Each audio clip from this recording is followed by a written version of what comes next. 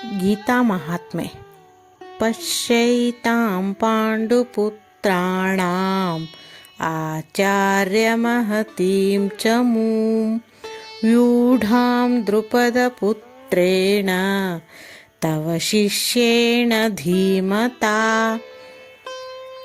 ತಾನೇ ರಾಜನೆಂದು ಮೆರೆಯುತ್ತಿರುವ ದುರ್ಯೋಧನನು ದ್ರುಪದ ಪುತ್ರನಿಂದ ನಿರ್ಮಿತವಾದ ಪಾಂಡವರ ವ್ಯೂಹಾಕಾರದ ದೊಡ್ಡ ಸೈನ್ಯವನ್ನು ನೋಡಿ ತಮ್ಮ ವಿರೋಧಿ ಸೈನ್ಯದಲ್ಲಿ ಇರುವ ದೊಡ್ಡ ದೊಡ್ಡ ಧನುರ್ಧಾರಿಗಳನ್ನು ಪರಿಚಯಿಸುತ್ತಾನೆ.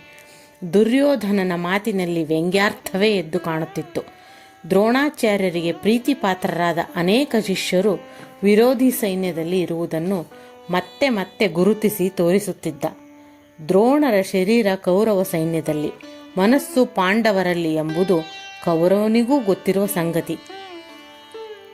ದ್ರೋಣಾಚಾರ್ಯರು ಮನಸ್ಸಿಲ್ಲದ ಮನಸ್ಸಿನಿಂದ ಕೌರವ ಸೈನ್ಯದಲ್ಲಿ ಯುದ್ಧಕ್ಕಾಗಿ ಸಿದ್ಧರಾಗಿದ್ದರು.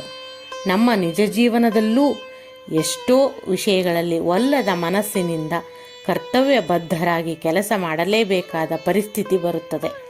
ಅದರ ಪರಿಣಾಮ ಒಳ್ಳೆಯದಾಗಿದ್ದರೆ ಮನಸ್ಸಿಗೆ ನೆಮ್ಮದಿ, ಕೆಲಸದ ಬಗ್ಗೆ ಕಾಳಜಿ ಇರುತ್ತದೆ. ಕೆಲವೊಮ್ಮೆ ಪರಿಸ್ಥಿತಿಗೆ ಕಟ್ಟು ಬಿದ್ದು ಕೆಟ್ಟ ಕೆಲಸಗಳಿಗೂ ನಾವು ಸಹಕರಿಸುವ ಸಂದರ್ಭ ಬಂದಿರುತ್ತದೆ. ಆಗ ಸಮಯ ಪ್ರಜ್ಞೆಯಿಂದ ಯೋಚಿಸಿ ಯೋಜನೆ ರೂಪಿಸಬೇಕು. ಅದರ ವಿನಃ ದ್ರೋಣ, ಭೀಷ್ಮಾಚಾರ್ಯ ಮುಂತಾದವರ ತರಹ ಒಳ್ಳೆಯ ಮನಸ್ಸಿದ್ದರೂ ಕೆಟ್ಟವರ ಸಹವಾಸದಿಂದ ಕೆಟ್ಟ ವಿಷಯಗಳನ್ನು ಪ್ರೋತ್ಸಾಹಿಸಿದರೆ ನಾವು ಕೆಟ್ಟ ಪರಿಣಾಮವನ್ನೇ ಹೊಂದಬೇಕಾಗುತ್ತದೆ. ನಮ್ಮ ಜೀವನದಲ್ಲಿ ಇಂತಹ ಕಾಲಗಳು ಬಂದಾಗ ಕೆಟ್ಟವರ ಕೆಟ್ಟ ವಿಷಯವನ್ನು ಪ್ರೋತ್ಸಾಹಿಸಿದರೆ ನಮಗಾಗುವ ಆಘಾತಕಾರಿ ಪರಿಣಾಮಗಳನ್ನು ಮಹಾಭಾರತ ಯುದ್ಧದಲ್ಲಿ ಕಾಣಬಹುದಾಗಿದೆ.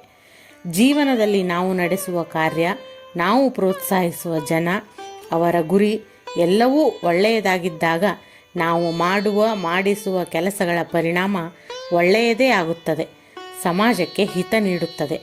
ಶ್ರೀಕೃಷ್ಣ ಪರಮಾತ್ಮ ಭಗವದ್ಗೀತೆಯ ಮೂಲಕ ಇದನ್ನೇ ಜಗತ್ತಿಗೆ ಉಪದೇಶಿಸಿದ್ದಾನೆ.